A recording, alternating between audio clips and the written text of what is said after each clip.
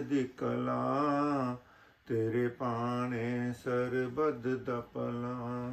ਤਨ ਗੁਰੂ ਦਰਸ਼ਨ, ਤਨ ਗੁਰੂ ਦਰਸ਼ਨ, ਤਨ ਗੁਰੂ ਦਰਸ਼ਨ, ਤਨ ਗੁਰੂ ਦਰਸ਼ਨ, ਤਨ ਗੁਰੂ ਦਰਸ਼ਨ, ਤਨ ਗੁਰੂ ਦਰਸ਼ਨ, ਤਨ ਗੁਰੂ ਦਰਸ਼ਨ, ਤਨ ਗੁਰੂ ਦਰਸ਼ਨ, ਤਨ ਗੁਰੂ ਦਰਸ਼ਨ, ਤਨ ਗੁਰੂ ਦਰਸ਼ਨ, ਤਨ ਗੁਰੂ ਦਰਸ਼ਨ, ਤਨ ਗੁਰੂ ਦਰਸ਼ਨ। ਸ਼੍ਰੀ ਰਾਮ ਜੈ ਰਾਮ, ਜੈ ਜੈ ਰਾਮ, ਸ਼੍ਰੀ ਰਾਮ ਜੈ ਰਾਮ, ਜੈ ਜੈ ਰਾਮ, ਸ਼੍ਰੀ ਰਾਮ ਜੈ ਰਾਮ, ਜੈ ਜੈ ਰਾਮ, ਸ਼੍ਰੀ ਰਾਮ ਜੈ ਰਾਮ, ਜੈ ਜੈ ਰਾਮ, ਸ਼੍ਰੀ ਰਾਮ ਜੈ ਰਾਮ, ਜੈ ਜੈ ਰਾਮ, ਸ਼੍ਰੀ ਰਾਮ ਜੈ ਰਾਮ, ਜੈ ਜੈ ਰਾਮ, ਸ਼੍ਰੀ ਰਾਮ ਜੈ ਰਾਮ, ਜੈ ਜੈ ਰਾਮ, ਸ਼੍ਰੀ ਰਾਮ ਜੈ ਰਾਮ, ਜੈ ਜੈ ਰਾਮ। हे कृष्ण गोविंद हरे मुरारी, हे नाथ नारायण वासुदेवा। हे कृष्ण गोविंद हरे मुरारी, हे नाथ नारायण वासुदेवा। हे कृष्ण गोविंद हरे मुरारी, हे नाथ नारायण वासुदेवा। साध संगत जी, नानक नाम चढ़दी कला तेरे भाने सरबत दा भला। धन नानक जशवंती निरातार ताम पहला। नैन निराकार नरंजन नारायण स्वामी, पूरन पुरख पार ब्रह्म, राम कारा सुख आनंद सुख मनी। जप जाप सिमरन नाम भगत रे रास जियो। इया सदा सच सच्चा सच समाए।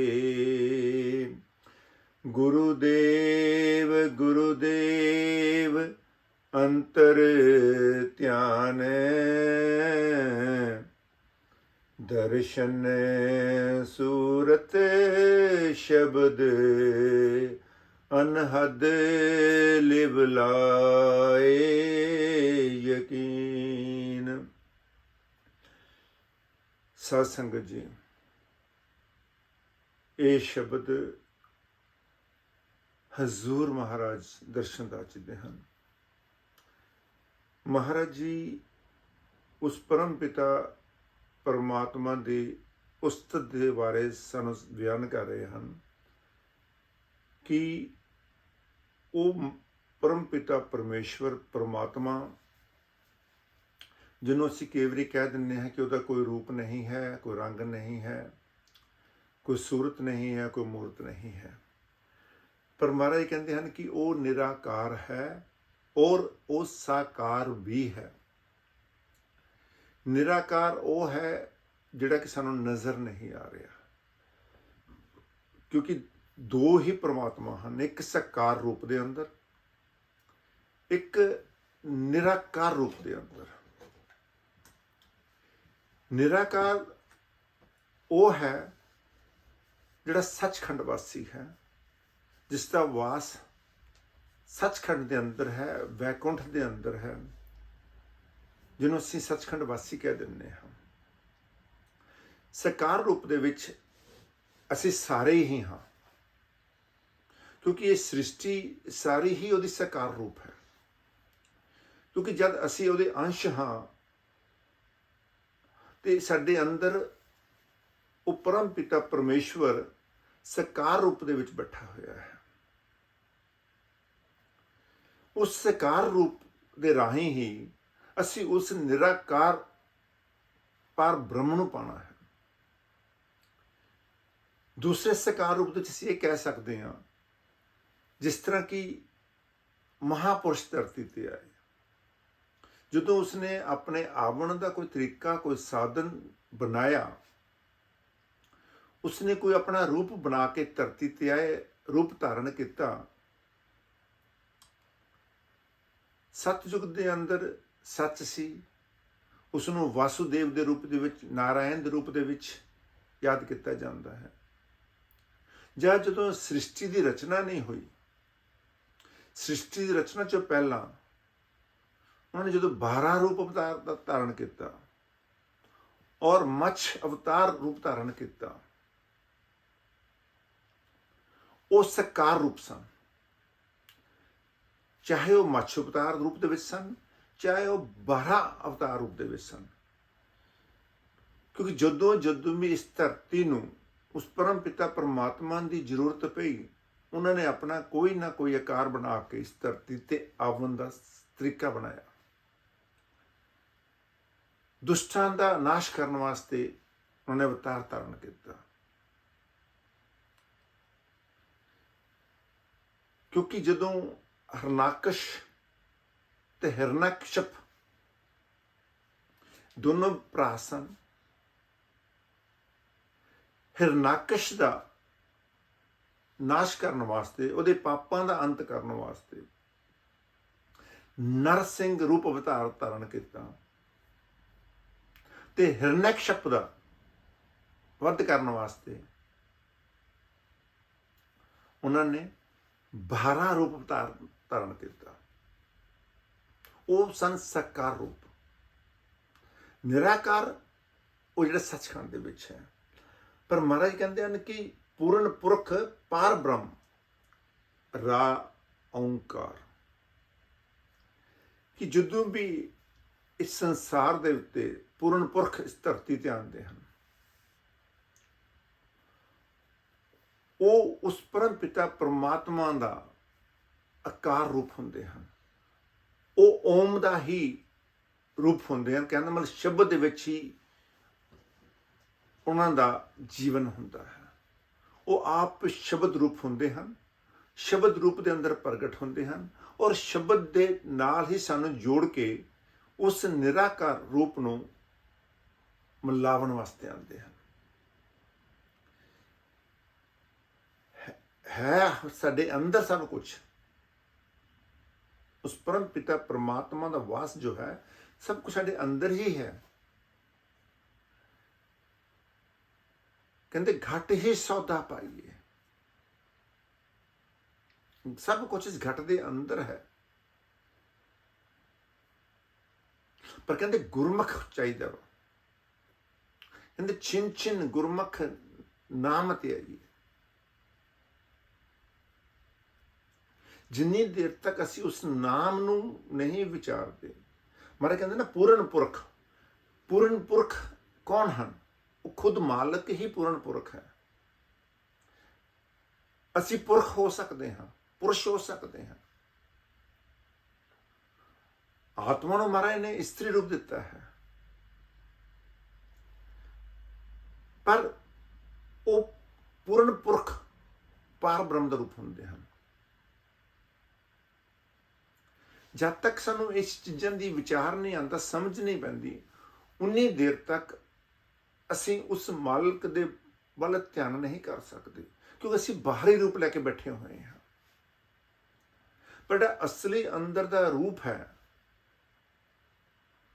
ਉਸ ਨੂੰ ਸਾਡੀ ਪਹਿਚਾਣ ਨਹੀਂ, ਸਾਡੀ ਉੱਥੇ ਤੱਕ ਪਹੁੰਚ ਨਹੀਂ ਹੈ।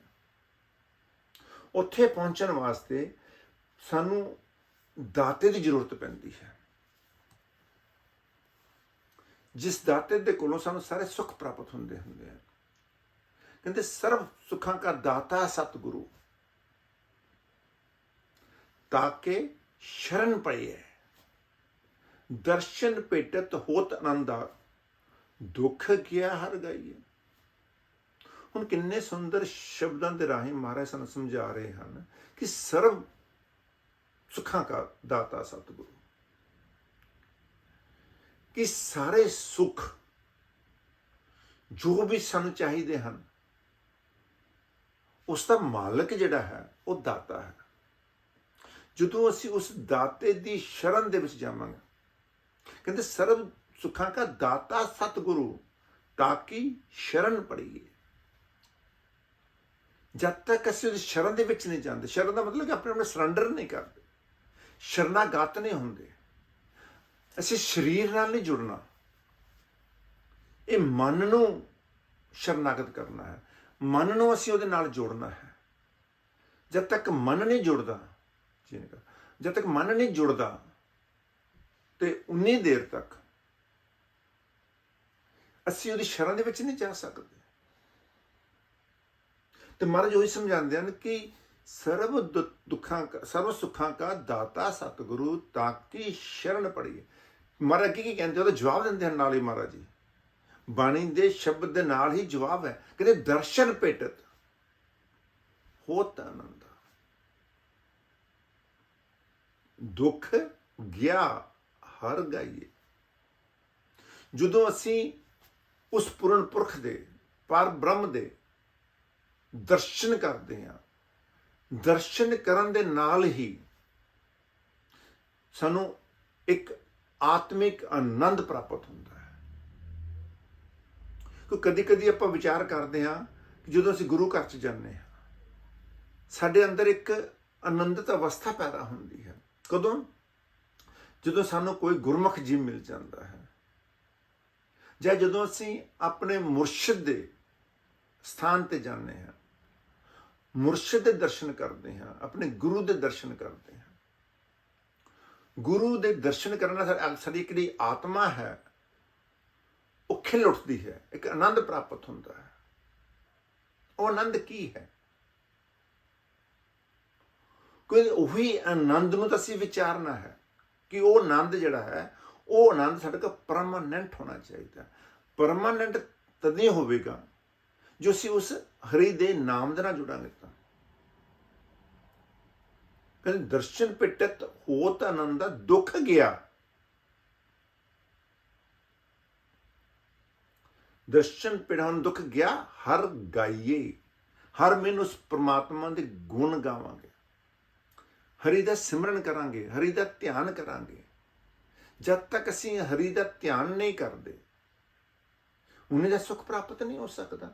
ਤੇ ਮਹਾਰਾਜ ਕਹਿੰਦੇ ਕਿ ਅਸੀਂ ਪੜ੍ਹਦੇ ਹਾਂ, ਕਹਿੰਦੇ ਸੁੱਖ ਆਨੰਦ, ਅਸੀਂ ਆਨੰਦ ਸਾਹਿਬ ਪੜ੍ਹਦੇ ਹਾਂ ਕਿ ਸ਼ਾਇਦ ਸਾਨੂੰ ਆਨੰਦ ਸਾਹਿਬ ਪੜ੍ਹਨ ਦੇ ਨਾਲ ਸੁੱਖ ਪ੍ਰਾਪਤ ਹੋ ਜਾਏ। ਪਰ ਆਨੰਦ ਸਾਹਿਬ ਪੜ੍ਹ ਤਾਂ ਲਿਆ, ਪਰ ਕਿਆ ਅਸੀਂ ਉਸ ਆਨੰਦ ਸਾਹਿਬ ਦੇ ਸ਼ਬਦਾਂ ਨੂੰ ਵਿਚਾਰੇ? ਉਹ ਤਾਂ ਕਹਿ ਰਹੇ ਨੇ ਕਿ ਆਨੰਦ ਪਿਆ ਮੇਰੀ ਮਾਏ, ਸਤਿਗੁਰ ਤਾਂ ਮੈਂ ਪਾਇਆ। ਆਨੰਦ ਤਦ ਹੀ ਸਾਨੂੰ ਪ੍ਰਾਪਤ ਹੋਵੇਗਾ, ਖੁਸ਼ੀ ਤਦ ਹੀ ਹਾਸਲ ਹੋਵੇਗੀ, ਸਾਡੇ ਅੰਦਰ ਇੱਕ ਸਤਿਗੁਰੂ ਦਾ ਵਾਸ ਪੈਦਾ ਹੋਵੇਗਾ। ਤਾਂ ਸਤਿਗੁਰੂ ਸਾਡੇ ਅੰਦਰ ਆਵੇਗਾ। ਤਾਂ ਜਦ ਤੱਕ ਸਤਿਗੁਰੂ ਦਾ ਵਾਸ ਨਹੀਂ ਹੁੰਦਾ, ਸਤਿਗੁਰੂ ਸਾਡੇ ਅੰਦਰ ਆਣ ਕੇ ਬੈਠਦਾ ਨਹੀਂ ਹੈ। ਹੁਣ ਸਤਿਗੁਰ ਹੁਣ ਸਰੀਰ ਰੂਪ 'ਚ ਨਹੀਂ ਆਣ ਕੇ ਬੈਠਣਾ ਸਾਡੇ ਕੋਲ, ਕਿ ਸ਼ਾਇਦ ਸਾਡੇ ਸਰੀਰ ਦੇ ਰੂਪ ਦੇ ਜਿਹਨੇ ਆਣ ਕੇ ਬੈਠਣਾ। ਜਿਹੜਾ ਸ਼ਬਦ ਹੈ, ਨਾਮ ਹੈ, ਨਾਮ ਪ੍ਰਾਪਤ ਹੋਇਆ ਹੈ ਸਾਨੂੰ, ਉਸ ਨਾਮ ਦੇ ਰਾਹੀਂ ਉਹ ਸਾਡੇ ਅੰਦਰ ਆਣ ਕੇ ਵਾਸ ਕਰ ਜਾਂਦਾ ਹੈ। ਤੇ ਮਹਾਰਾਜ ਕਹਿੰਦੇ ਹਨ ਕਿ ਸੁੱਖ ਤਦ ਹੀ ਪ੍ਰਾਪਤ ਹੋਵੇਗਾ ਜੇ ਸਾਡੇ ਅੰਦਰ ਆਤਮਾ ਆਨੰਦਿਤ ਹੋਵੇਗੀ। ਤਾਂ ਆਤਮਾ ਆਨੰਦ ਤਦ ਹੀ ਹੋਵੇਗੀ ਜੇ ਨਾਮ ਦੇ ਅੰਦਰ ਵਾਸ ਕਰੇਗਾ। ਤਾਂ ਜਦੋਂ ਸਾਡੇ ਅੰਦਰ ਵਿਰਾਗ ਪੈਦਾ ਹੋ ਜਾਵੇਗਾ, ਉਸ ਪ੍ਰਭੂ ਨੂੰ ਮਿਲਣ ਦੀ ਤਾਂਘ ਪੈਦਾ ਹੋ ਜਾਵੇਗੀ। ਜਦ ਤੱਕ ਸਾਡੇ ਅੰਦਰ ਉਸ ਪ੍ਰਭੂ ਨੂੰ ਮਿਲਣ ਦੀ ਇੱਛਾ ਨਹੀਂ ਪ੍ਰਾਪਤ ਹੁੰਦੀ, ਸਾਡੇ ਅੰਦਰ ਇੱਕ ਲਗਨ ਨਹੀਂ ਲੱਗਦੀ, ਉਨੀ ਦੇਰ ਤੱਕ ਸਾਨੂੰ ਉਸ ਦੇ ਨਾਲ ਮਿਲਾਪ ਨਹੀਂ ਹੋ ਸਕਦਾ, ਅਸੀਂ ਉਸ ਦੇ ਦਰਸ਼ਨ ਨਹੀਂ ਕਰ ਸਕਦੇ। ਹੁਣ ਦਰਸ਼ਨ ਕੀ ਹੈ? ਦਰਸ਼ਨ ਕੋਈ ਸ਼ਕਲ ਨਹੀਂ ਹੈ, ਕਿਸੇ ਸ਼ਕਲ ਦੇ ਰੂਪ ਦੇ ਵਿੱਚ ਦਰਸ਼ਨ ਕਰਨੇ ਹਨ। ਸ਼ਕਲ ਤਾਂ ਜੋ ਤੁਸੀਂ ਆਪਣੀ ਮਰਜ਼ੀ ਨਾਲ ਬਣਾ ਲਈ, ਉਸੇ ਰੂਪ ਦੇ ਵਿੱਚ ਉਹਨੇ ਪ੍ਰਗਟ ਹੋ ਜਾਣਾ। ਜੈਸੇ ਮਨ ਕੀ ਭਾਵਨਾ ਵੈਸੇ ਦੇਖੀ ਪ੍ਰਭੂ ਮੂਰਤ। ਜੈਸੇ ਜੈਸੇ ਵੀ ਸਾਡੇ ਅੰਦਰ ਭਾਵਨਾ ਉਹਦੀ ਹੋਗੀ, ਜਿਸ ਤਰ੍ਹਾਂ ਅਸੀਂ ਰੂਪ ਬਣਾ ਲਿਆ ਉਹਦਾ, ਉਸ ਤਰ੍ਹਾਂ ਦੀ ਸਾਡੇ ਉਹਦੇ ਅੰਦਰ ਉਹਦੀ ਪਿਕਚਰ ਇੱਕ ਬਣ ਜਾਂਦੀ ਹੈ। ਹੁਣ ਜਦ ਤੱਕ ਅਸੀਂ